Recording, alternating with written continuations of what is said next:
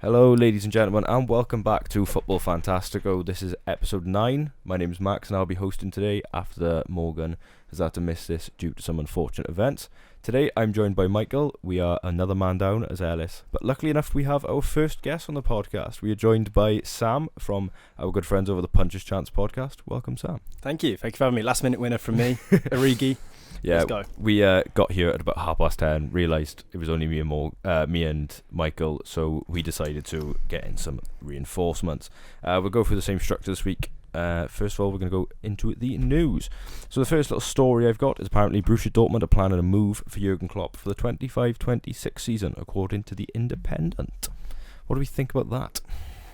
It's big. It's big news. I don't think it's necessarily comes as a shock. I think it's obvious that I think Klopp makes quite like a family feeling at all of his clubs. So it doesn't surprise me necessarily that they'd be wanting to bring him back. But they've got a decent young coach at the moment, I think. The name misses me, but I'll have a look. But I don't necessarily know from Borussia Dortmund's point of view whether necessarily it makes the most sense. But certainly from Klopp, why wouldn't you want to go back to somewhere that you left on good terms and you've got such a strong affinity with? So the Borussia Dortmund coach's name is Edin Terzic. He's been in charge for 90 matches, winning 51, drawing 20, and losing 19.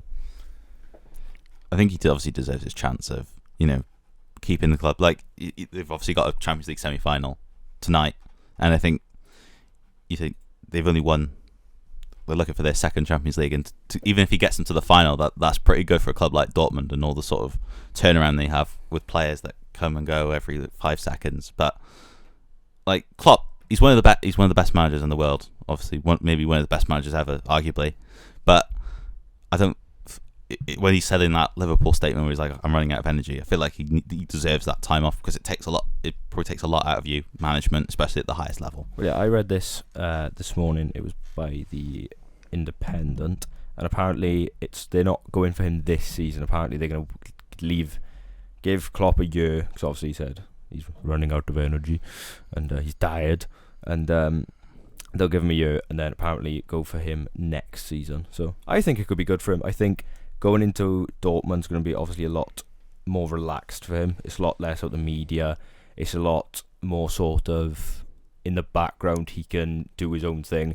If he wins a couple of trophies, say if he wins the DFB Pokal, or if he potentially gets them towards the latter stage of a Champions League, I think he can call that a success. I think that's something he's more suited at towards his stage of a career. I see it the same as sort of like a Mourinho going to a Roma, or that sort of move where it's someone moving to potentially a lesser down club. I've got 3 manager stories this week. So the next bit I have, will keep Ellis turning at night, is Xavi is confirmed he is staying for next season after already saying he was leaving.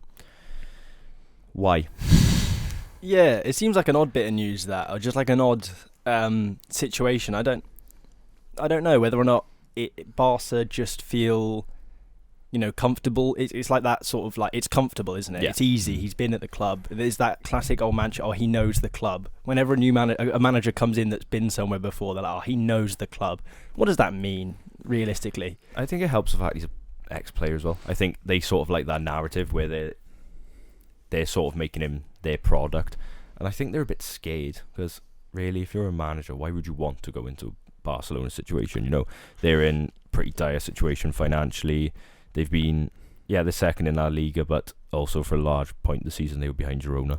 Could it be a financial issue? Because obviously with the news a lot of the time at Barcelona about them selling grass or selling seats and stuff like that, is that if Xavi left, and they'd have to pay off his contract if he if he terminated or whatever, but then if they go then to another club in Europe and have to pay a release clause to buy that manager, maybe then that eats into their transfer budget. So that's the reason why they wouldn't particularly want to go down that route of hiring another manager from another club, because they would have that in the back of their minds. Yeah, I get that as well. And I think the other thing with Xavi is I don't think it's unfair to suggest that Barca haven't been at their best recently, or certainly not what maybe certain fans would expect from them. And I don't think Xavi has necessarily got the pelters that maybe you could say would be justified from a Barca manager. So maybe there's a sense of they feel with him in charge the fans are a bit more sympathetic because of what he's done for the club on the playing side.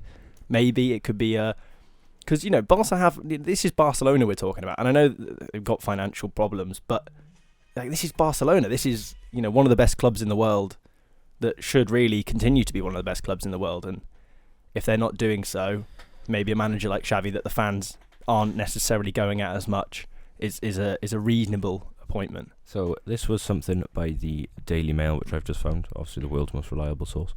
It says that the Barca boss said he would step down at the end of the season, describing the Barca job as cruel and unpleasant following a 5-3 capitulation at Villarreal.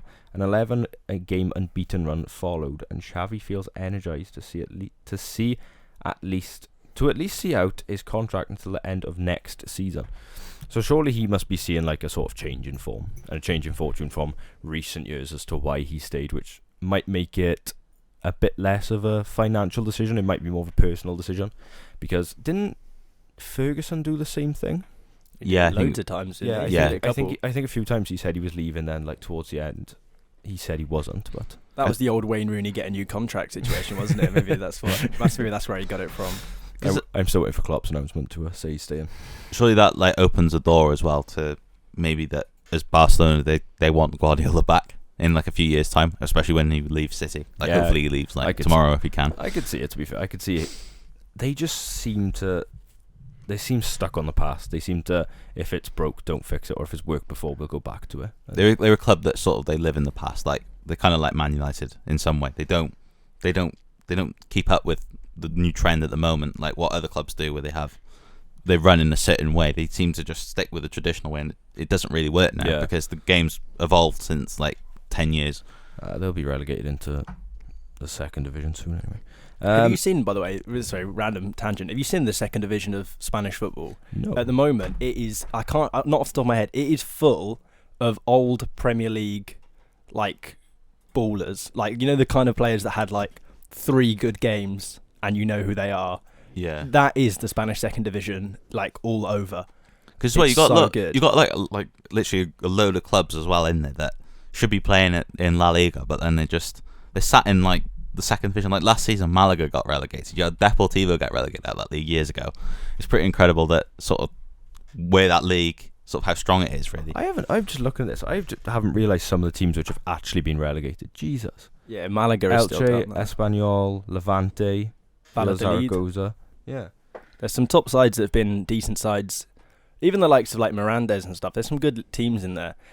Barcelona B still in there. I think they might have been relegated because there's like Andorra as well. Yeah. Like Andorra bottom of the table. Barcelona B aren't in there, but Villarreal B are. Because Andorra is owned by Gerard Piqué. Like it's pretty incredible how you think there's a team that play in another country, like as small as Andorra. They're in the second division of Spain, and literally, if they got promoted, they'd be playing like Barcelona, Real Madrid. They're literally like a tiny stadium. Is Ibiza still in the second division? They've been relegated. I'll have a look. UD Ibiza's that's like an all-time. Like, for some reason, as a Leeds fan, we always just sent people out on loan there, and it must have just been like a cushy little thing. Just go off to Ibiza as a young player. No, so Ibiza aren't there, but Tenerife. Oh, so the other British holiday destination is. No, I was just looking back. Like Santi Cazorla's there. Yeah, wow. He's still balling. Yeah, I wish the names would. It was an Instagram or TikTok or YouTube Shorts or something I seen with it that was just like there was just like 3 or 4 absolute, legends that aren't actually legends of the Premier League game that are still playing. I imagine the reason you can't find them is because they're not actually having very good seasons. I don't think, but yeah, the only one I've managed to find off top stats is Santi Cazorla. What a player, 2-footer, what a baller. Martin Braithwaite, yeah. Yeah, there you go, classic Barca legend striker. What a player. Did he ever? Was he in the Prem, Braithwaite? No, he was with Middlesbrough. Yeah, he was with. I think that was Championship winner. Yeah, in the Championships. The last little bit of news I have, Michael, you'll be able to give quite a big opinion on this, is apparently Ralf Rangnick joining Bayern is in the final stages of being done. That's a bit. Our resident Man United fan. I think, to be honest, he speaks a good game. Like, I think with what he did, in all fairness, when he was at United, the players gave up. I think like some of the games they just threw the towel in, i.e. against Liverpool at Anfield. But there's not really many elite managers around. Like you're not like obviously there's Klopp, but Klopp doesn't want to walk into a job straight away. So who are you going to go? Who are you going to turn to? I think they were suffered heavily by what Xabi Alonso said. I think they had sort of that nailed on as Xabi Alonso would replace Tuchel. I still don't see why they got rid of Julian Nagelsmann. Like it seems odd, wasn't it? Because that's another thing as well with them is that they never hold on to a manager for long enough. Like they've had Tuchel, Nagelsmann, Ancelotti, Hansi Flick, Guardiola. Since obviously Guardiola, the managers keep changing every like 5 minutes. Like they last like 2 seasons winning 2 league titles, but obviously they want to win the Champions League. But they don't seem to just give managers a chance because they do have a good they have a good track record of obviously managed in the past. It's just that they don't seem to stick with them for long enough. It doesn't seem to be very like not high profile managers, but sort of well known about managers who they could potentially go for. Like a lot of them seem quite tied down. The only real ones you could argue would have been Alonso before he obviously said he was going to stay, and then potentially the likes of Klopp, but obviously he's tired and needs to go to bed. It seems like a weird appointment to me. It feels like a step back. I feel like they would have just been better off potentially back in Tuchel more, and then maybe looking in the future, maybe a year or two down the line, and looking like a Xabi Alonso, because it looks clear who they want, or potentially seeing if Klopp would be interested. But I feel like they've just sort of jumped to a conclusion and are trying to fix it in the short term. They were also interested in Ole Gunnar Solskjaer quite a while ago, so I think they're just going for Man United reject managers. Yeah, maybe. I think the weird thing with Ralf Rangnick for me was I don't necessarily think he's a bad manager full stop. I think what he was a bad manager for Man United at that time. They brought in a manager for a short period of time with a replacement ready, and then but that's not really what the manager Rangnick is. He's a manager. People call him a director of football almost. You know, he likes to oversee the entire club in terms of the transfers and the scouting and these sorts of things. And it just seemed like an odd thing from Man United point of view. Maybe he will do a decent job at Bayern, being able to bring in players like Haaland, like what's his name, the Julian Alvarez, the City striker that he recommended to Man United at his time there, and they overlooked those signings. Yeah. Like with, especially with Rangnick as well, is that when he obviously joined United, that was the whole point, was that he was going to get director of football at the end of the season when Ten Hag came in, but then Ten Hag didn't want him, so he left.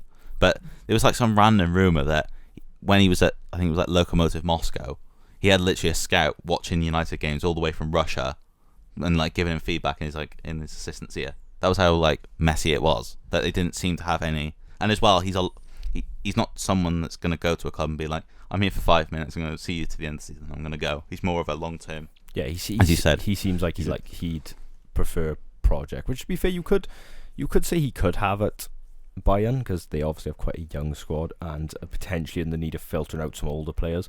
But no, it will be interesting to see if they do go for obviously Ralf Rangnick, how they perform next season. And it kind of does link into our next bit. So looking at our reviews, usually we would do our typical leagues, but given as we are 2 men down and we don't want to cover Real Madrid talk for the week, we are going to look at last night's Champions League games, which funny enough is Real Madrid, so Alice is probably crying, and I don't think that's why he's not here. So did anybody watch the game? I didn't, but I've caught up on it. I was watching it actually this morning when you texted, so that was rather helpful. Yeah, that's how last minute this appointment was. I caught bits of it. It did just sort of... It wasn't a great... I didn't think it was like a classic at all for a semi-final. It did just sort of seem like both teams didn't want to lose. It reminds me a little bit of that Arsenal City game earlier in the season where everyone said it was a rubbish game, but actually almost when you put two teams that are very good against each other, it doesn't always make for a great game. They sort of like balance each other out. You want a good game of football, put like Tottenham versus Man U or something, teams that are going to concede goals. But these are two teams... Top teams. They don't want to lose. That's the main thing. Especially going into the second leg. They don't want, either team don't want to be 3-0 down. Because they're, saying that it's at Bernabeu, Real Madrid probably win 4-3. Yeah, I was going to say, that's quite a good... I'd say, looking back on it, I was just looking where it was. I'd say that's a better result for Madrid, given they can now, they can go to the Bernabeu and the air fryer, which it now looks like. And they've always seemed... a different sort of machine when it comes to knockout football, and they're at home. They had that comeback against City where Rodrigo came on and then decided to score a hat-trick in about 15 seconds. But I don't think either of them will win the Champions League, as weird as it sounds. I'm fancying a Borussia Dortmund underdog story. Oh, that would be unbelievable. I think the only thing that I can take away, obviously we've got the new Champions League format coming in next season, isn't it? Yeah. So I it's an suppose actual league now. Yeah, this is slightly irrelevant, but I think the one thing that I've really felt is a shame this year, a couple of times, is away goals or the lack thereof. Yeah. You know, this game, if Real Madrid had gone into this, had gone off this game 2-2, they'd be rubbing their hands together. That's basically a win away from home with away goals, because you just need to draw and you've won, or draw 0-0, draw 1-1 and you've won. So I just think it taking that away has taken some of the excitement out of the tournament, because that was like just another way fans would be sat there going, yeah, but we got 2 away goals. Yeah, you had to sort of work it out. That's what a lot of people said after the Madrid City game, though, wasn't it? They said, like, after the first leg, if away goals was a thing, that second leg would have been incredible, but it just sort of died out because, like you said, if we came into this now, Real Madrid 2-2, although they've drawn, they could just go into the Bernabeu and just defend for 90 minutes. I think with Real Madrid as well is that, to be fair, when they went 1-0 up and then after half time they conceded 2 goals within a matter of minutes, is that they don't want it to end like what it did under the City game in the first leg, where it was like they were 3-2 up after about like 20 minutes and then end up having to sort of keep like dragging themselves like over the line. You can't keep doing that, because at the end of the day it's that your luck's going to run out. Like, look at when they played the second leg against City, how they just sat back the whole game. They're just playing like passing all around the back, all that for like 90 minutes, and then City score from De Bruyne, and then it's like, oh no, we got to attack again. We actually have to play football. Yeah.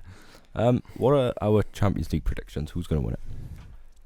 Who's on money on? I think it would be daft not to suggest Real Madrid under Carlo Ancelotti, but that doesn't necessarily mean that that's what's going to happen. I am fancying a Borussia Dortmund. I am putting my money on a Borussia Dortmund underdog story. That would be unreal. Borussia Dortmund Bayern Munich final. What about that would be good for like the romantics out there? But 2013 final was Bayern versus Dortmund at Wembley. Maybe this year it could be the same. It is at Wembley this year, isn't it? So there's a good chance that could be them two, and I think it could be quite a good game. But the only problem is that both teams know each other so well from playing each other in the league every season. I was going to say, can I say one thing? It won't be PSG that win it. Oh no, we can all comfortably agree that. Oh, who? Did you see the quote from Antonio Rudiger? Was it about Mbappe? And yeah. I've vaguely seen it. I saw it when doom scrolling on Twitter last night, probably, or something. I love a Twitter after Champions League game. So Antonio Rudiger, if he was to face Kylian Mbappe in the Champions League, if I face Mbappe in the final, we will beat him. He dribbles past me, I'm going to smash him. That man is a nutcase. Oh yeah, but he's a good defender. Like, he is like one of the best players, and like one in his position, I'd say. Oh yeah, without a doubt, he's unbelievable. I would like to see a Real Madrid PSG final. I think that'd be quite poetic. Given the fact Mbappe's like sort of, he's going to go to Real Madrid. Real Madrid beats Mbappe. Mbappe final whistle, takes off his jersey, and there's a Real Madrid jersey underneath. And then he gets a winner's medal. Joins him for the trophy celebration. Does John Terry full kit lifts? That'd be unreal. That would be. No, that was a good review, boys. So now we're going to be moving on to our next little segment, which is our most iconic Champions League goals. I have realised how many of these involve one player. I was going to say there's 2 that come to mind. Anybody want to go first? Can I steal it first? Because obviously I haven't necessarily had. I mean, I've had loads of preparation time for this. Cristiano Ronaldo overhead kick. Yeah, right? That's definite. Right. That's one of them. There could be a shout for a Benzema with the Loris Karius thing as well, just because it was. Please don't remind me. Do you know what as well though? Sorry, I've just stealing them all now.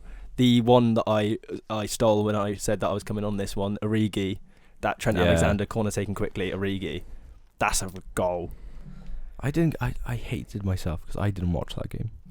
As a Liverpool fan, I didn't, because this is back when you were bad. No, it was back when for me Champions League was really hard to watch, because obviously I was too young to go to like a pub or something, and the only way you could watch it was through a dodgy Twitter stream, and I remember sitting there, and I was like constantly updating BBC Sport, constantly updating, and I saw we scored, and I lobbed my phone at the wall, and I was like, why have I done that? I was like, that was meant to be a good celebration. My phone screen is just cracked. I'm going to invoice Divock Origi. Yeah, that's fair. That's fair, honestly. Mike, do you want to do your top 5? Oh, I think definitely the Ronaldo one against Juventus. I was thinking like Messi against Bayern Munich when he. Well, the Boateng one. Yeah. Yeah. That's Oh, one. yeah. I was. Fair. Oh, there was another. There was the other Messi one, I think, of the one against Real Madrid back in 2011, where he just dribbles down the whole like. Is that the one where Biscuits just laser off? Yeah. It's just like a roll to him. Yes, he does the rest. The world's best assist. Yeah, have you seen that when it was like all the assists for Messi goals? They posted when Yeah, Messi it left was like a Barcelona, heat map, they wasn't it? put a Yeah. heat map of all the passes that assisted Messi, and there was that one of the Busquets one that's just It's like, literally not that far. like nothing. I'd say. I'm thinking of maybe Drogba against Bayern Munich, the header. Yeah, and Martin Tyler nearly breaking the sound barrier. I think I'm gonna go off the top of my head because I'm gonna go recent because I was thinking about like 20 years ago, but I think Torres as well against Barcelona, where the Gary Neville. Torres! Yeah. Unbelievable. What about Sergio Roberto versus PSG? That's my number 5. That was Sergio Roberto. Yeah. That was some like La Remontada. yeah, like Barca Academy product, scores the winning goal, big 5-1 comeback. That was like carnage. Yeah, I think That was one great. So my 5 are number 5, Sergio Roberto versus PSG. Number 4, Messi sitting down Boateng and chipping Neuer. Yeah, classic. Number 3, CR7's overhead kick in the final. Number 2, Bale's overhead kick, and number 1, Messi's free kick versus Liverpool. The one which I'm still convinced did come off Joe Gomez. yeah, the one it, like took a nick off Yeah. someone's head, but no one knows where actually if it did or not. Nah, Joe Gomez has officially scored for Liverpool, just in the wrong net.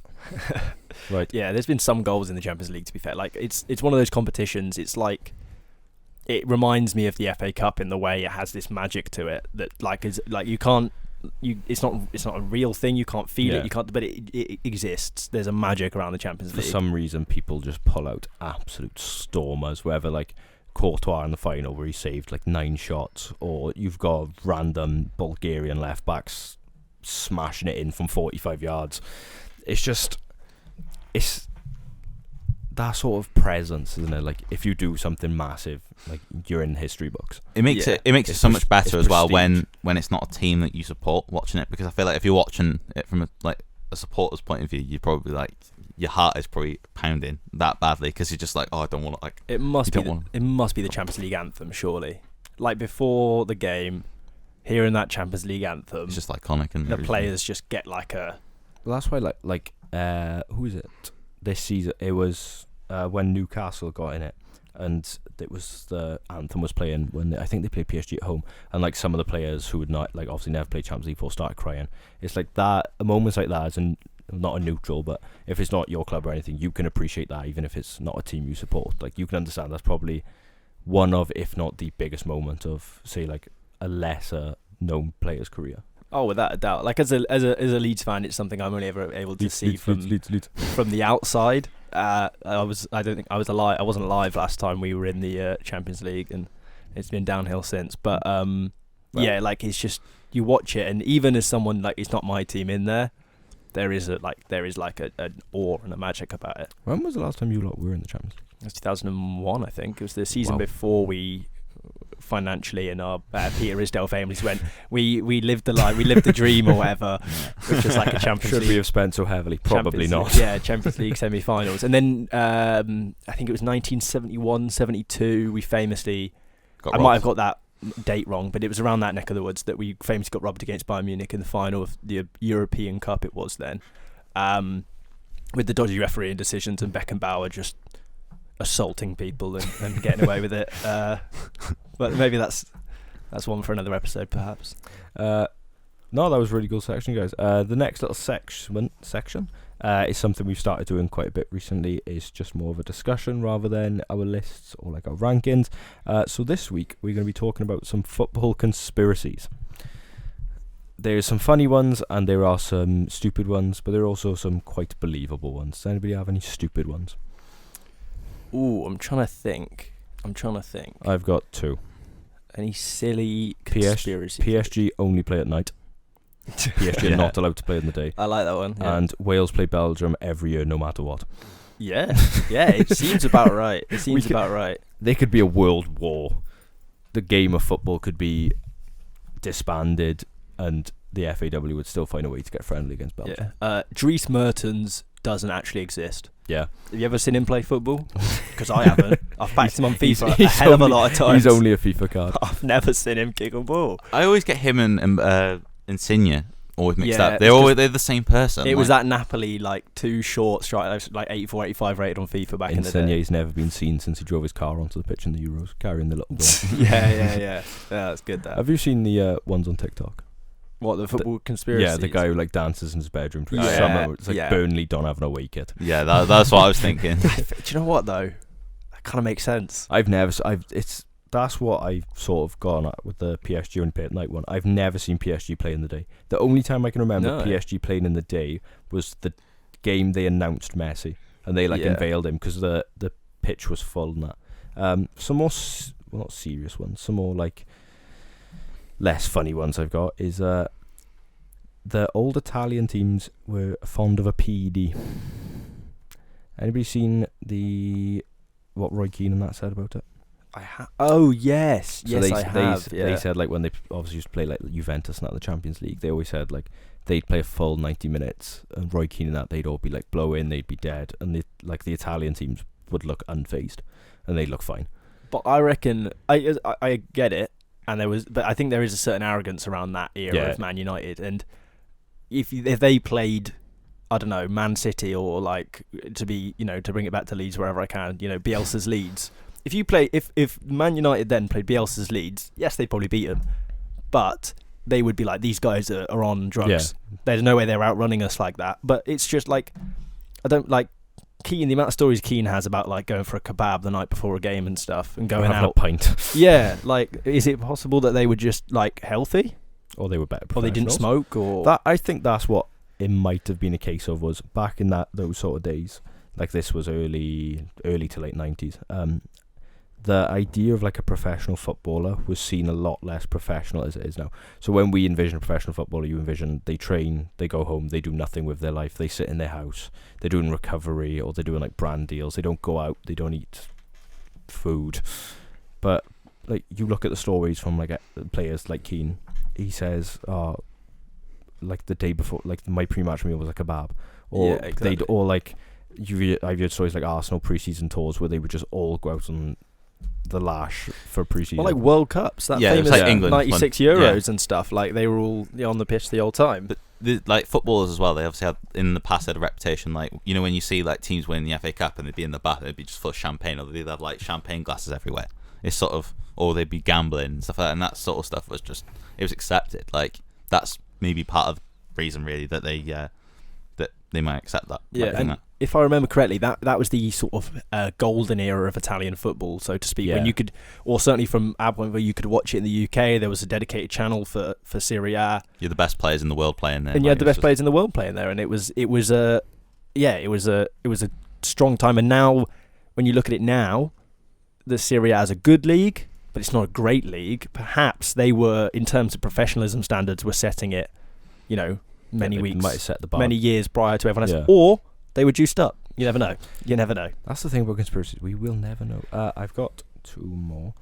Morata and Lukaku are money laundering tools. Yeah. There is no way on God's green earth anyone is paying anywhere upwards of 15 million for Alvaro Morata, and he seems to go for about 50 million every transfer window. I know. I got one actually. Was Miralem Pjanic and Marco Verratti? They both just disappeared. Like, the other day, I was like, "Where's Marco Verratti?" And then he's actually playing in Qatar. I didn't even know. Like, no one. Miralem Pjanic is a shout. He just disappeared. Like, when he joined Barcelona, he played a season, did nothing, and then just left.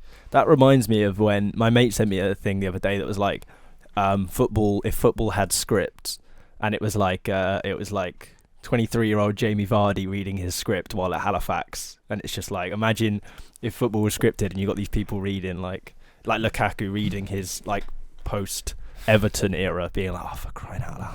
Why did I move? Why did I leave West Brom? So I've just got up Alvaro Morata's transfer history. So he went for 9 million to Real Madrid, then 12 million to Juventus, then 30 million to Real Madrid, then 40 million to Chelsea, 50 million to Atletico Madrid, 36 million to Chelsea, 36 million to Atletico Madrid, 36 million to Juventus, and 25 million to Atletico Madrid. Mental. That's pretty. In there is mental money. also 18 million pound loan fee, 20 million pound loan fee. It's nuts. It is nuts. This, like you look at that. Surely there's got to be some sort of like loophole that they found out. Yeah, I think Yeah. so. The other one, what was the other one I saw?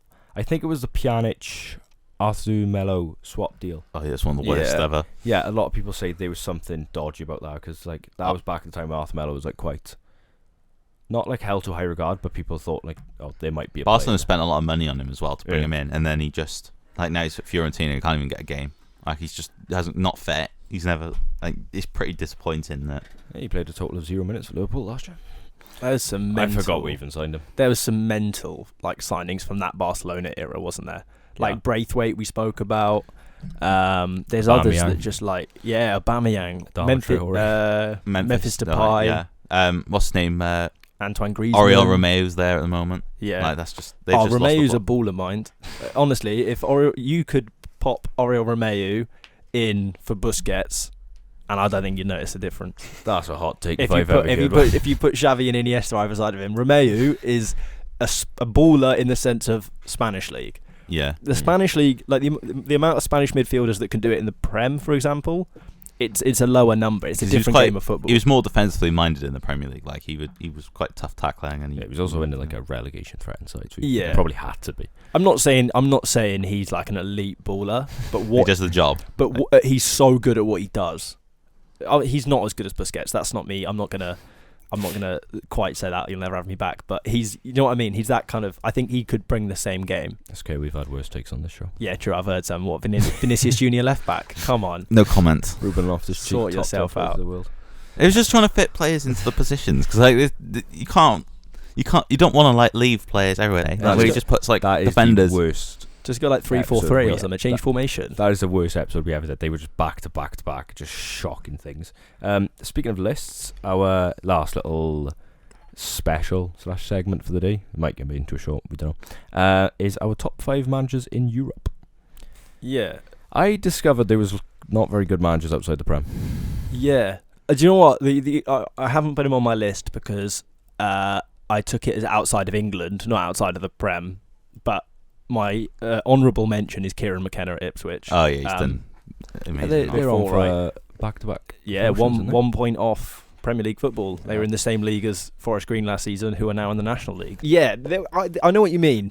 And the other thing is, all the good managers outside of England were recently linked with the Liverpool job. Yeah. I think is the other one. So I've actually got Arnie Slot, and Arnie Slot. And maybe Ruben Amorim. I already saw a rumor saying that he could win the league next season. No. I could go win the Ballon d'Or next season. Yeah, Doesn't mean it's going to happen. it's true. So my top 5, number 5, I have Thiago Motta. 4, I've got Xavi. 3, I've got Xabi Alonso. 2, I've got Simone Inzaghi. And number 1, I've got Carlo Ancelotti. I feel like these lists are going to be very similar, aren't they? Yeah. I I think everyone's going to have Ancelotti. in number I've 1. gone 5 Slot, 4 Thiago Motta, 3 Amorim, 2 Xabi Alonso, 1 Carlo the Eyebrow Ancelotti. Carlo Eyebrow Razor. I think also I was going to say Motta, Simeone Inzaghi.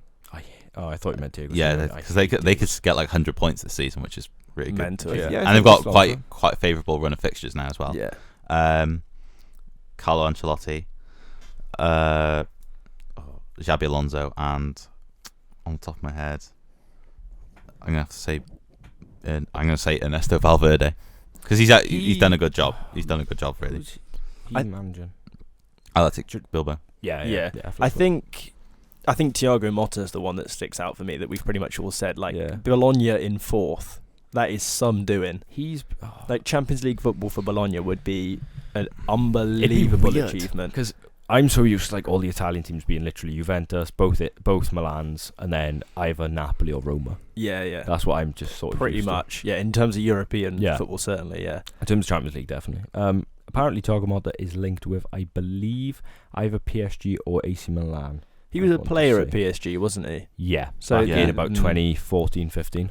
To be fair, if you could get rid of, I say get rid of like it's a disease, but get rid of Mbappe, and you build a PSG with a style of football that's not around signing these, Superstars. stars, and just because if you could he could walk the league with them, and then maybe make them compete, make them a difficult team to beat in the Champions League. It could be a good recipe.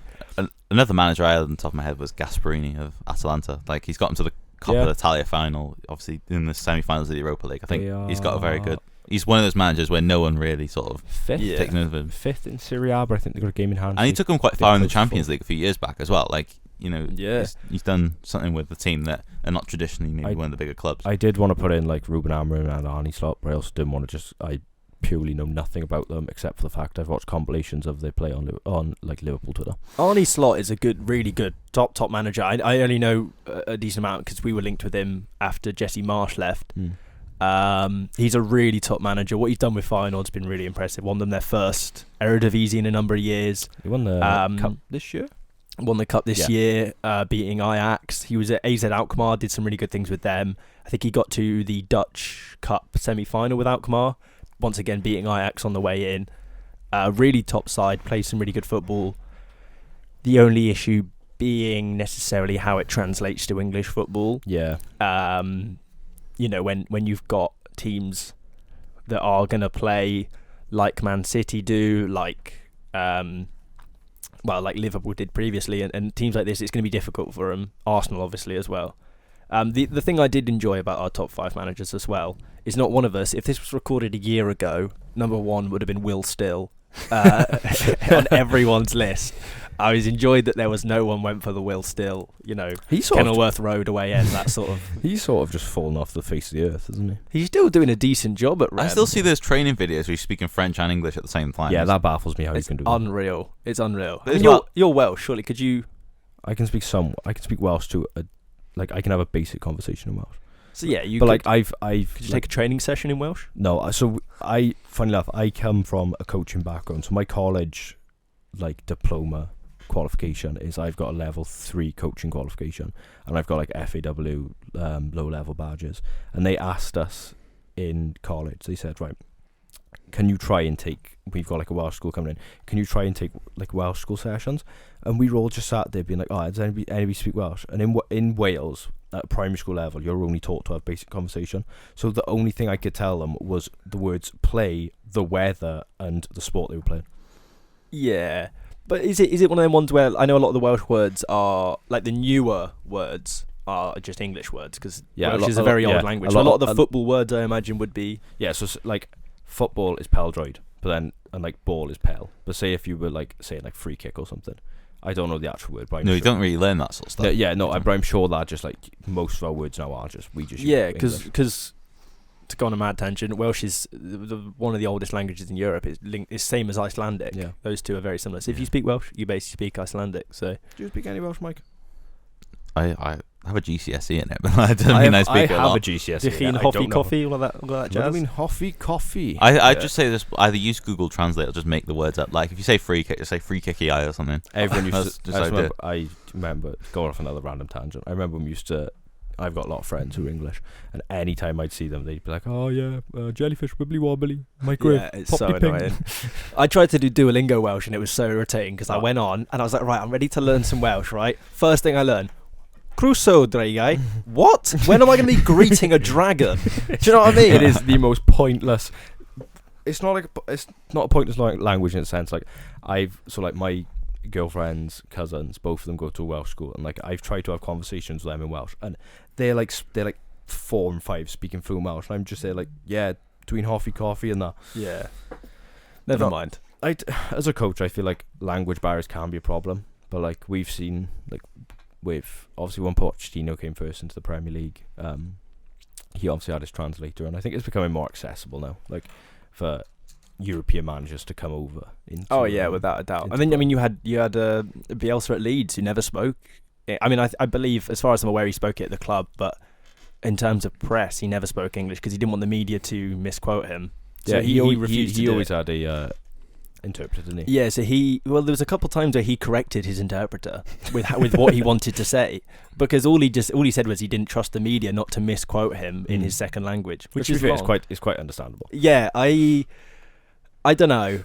You just don't know. You could ask me his opinion on anything, and I couldn't tell you, other than like pressing, because he was such a mystery. I mean, obviously you can talk about him on here because he's managed Lille, Bilbao, He's done quite a few. Marseille. He's done a little bit of a European tour. I think he was at Lazio for 3 days. Yeah, there's something like that. Famously, he's done a little bit of a European tour With his bucket as well by his side. Oh, what a bucket! I wish I bought one of them when they were in the lead shop. Nutcase. Absolutely, a locker. Well, the famous story goes when they lost the Argentinian derby, a load of Newell's Old Boys fans came outside his house and were like chanting at him and threatening him and stuff, and he came out with a hand grenade and throw it at you, a live hand grenade. Surprisingly, they all left. You wonder why. Really random story again. One of my old football coaches when I was a kid is an ex-Leeds player, and he was involved with Leeds. He was like the head of scouting or recruitment when Bielsa was there, and he made us play Bielsa ball for one training session. It is absolute chaos. You had we were about 13, 14 at the time. You had 13-year-old kids like running, spewing, coming back onto the pitch, 2-footing someone. Is it as in the famous murder ball? Yeah, where you constantly throw the balls on, no offside. You have players on the side. It's there's 4 goals you can score from anywhere, and you're constantly running. It's horrible. Yeah, so it was no offsides. The ball is constantly in play. So as soon as one goes out, a coaching staff throws another one on. There's 4 goals. You can score in any, non-stop, no fouls. Just you just have a ball coming to play, and they'd be like, your centre back's 2-footing your striker, and he's out for the season. It makes you think, why was there any injury issues at Leeds when you were playing such calm, gentle training sessions like that? You know, Okay. What else have you got left? What more European football hot takes have we got? We've got. Do you want to do previews or just want to do a quiz? Quiz. The quiz. It's a Quiz. quiz. Right, quiz. We've got career paths. Do we all know how a career path works? Yes. So I have 5. Yeah. I'm trying to remember who this actually is. I remember that is. Yeah, right, I remember. So this player started off at Real Sociedad Youth, then went to Atletico Bilbao Youth, then Bilbao Under-18s, then Spurs Under-18s, then Spurs Reserves, then Cheltenham, then back to Spurs Reserves, Real Valladolid B, Spurs Reserves again, Real Union, Real Sociedad, SD Eibar, Real Sociedad, Paris Saint-Germain, and then Athletic Bilbao. Ooh. Tough. This is like if you play FIFA, you'll know him. Real Sociedad and Eibar. The ones you'll probably get it from is Sociedad to PSG, PSG to Athletic Bilbao. Yeah. He's at Bilbao now, currently playing. From PSG. I actually can't think. Yeah, You're usually good at these. Is it the keeper? No, that's mine. he's a defender. Yeah, skip. This missed me. Oh, I can't think. I actually can't. I was thinking of Mikel Merino, but he played for Newcastle. 4, Yeah, no, it's 3, not. It's not coming. 2, 1. Yuri Berichichi. No. Yeah, The left back. Yeah. Right. Of course. You'll get somewhat quicker. Danubio FC, US Palmero, Napoli, Palmero again, Napoli again, PSG, Man United. Cavani. Yeah, so that was pretty. Fair. That was quick. Right, Banfield. Do you want to guess where that team is? In Argentina. Yeah. Isn't it? Yeah. Even though it sounds like a North Division East Cumbrian team. Let's not get into the politics of that one. Real Murcia, Banfield, Independiente, Ajax, Olympic Lyon. Ooh. Grimaldo? No. Who's it again? I actually can't. No, it's not. Was it? Is it Nicolas Tagliafico? Yeah. Yeah, it's Tagliafico. That's what you were thinking of. I had it. I could tell that's what you were thinking of. Yeah, Right. I went by Leverkusen. Arsenal, Sarandi, San Lorenzo, Catania, Metalist, Kharkiv, Atlanta, Sevilla. Then he was without the club. Then he was at Monza. Oh, I got it. Pau Gomez. Yep, Pablo Gomez. Oh, is this like an Argentina sort of thing where it's just I like didn't realise how many Argentinian players I've done. And then last one. So we got NK, Olympia, Benfica, BMR, Benfica, Olhanese, Benfica, Liera, Benfica, Rio Ave, Benfica, Atletico Madrid. He's still at Atletico Madrid. He's been there since 2014. Who's come from Benfica? Oh, is it? Correa? No. No. He is the last person I would have thought about coming from Benfica. Jan Oblak. Yep. Fair dues. Because when he was at Rio Ave, his other goalkeeper was Edison. Oh, was it? Yeah, I think they were fair dues. Quick fact. So that follows up our episode number 9. Huge. Big number 9. Yeah, we're nearly at double figures. Hopefully we'll get double figures next week. I'm not here, but hopefully the rest of the boys will be. Thank you again, Sam, for joining us on such short notice. No worries at all. You It was a pleasure. You can go straight into filming your podcast now. Yeah, I can't wait for that one. Let's roll it out every year. But again, follow us on Twitter, which is FootballFanT24. Check out our YouTube. We have a link tree in our Twitter bio, so obviously you should go through that. Follow us on all our socials if you know them by now. What's your Twitter? Sam_HillJ for lots of bad Leeds opinions and boxing interviews. Yeah, if you want boxing interviews or Leeds slander, go to him. But thank you very much for listening to this episode, and we will see you again soon. Bye.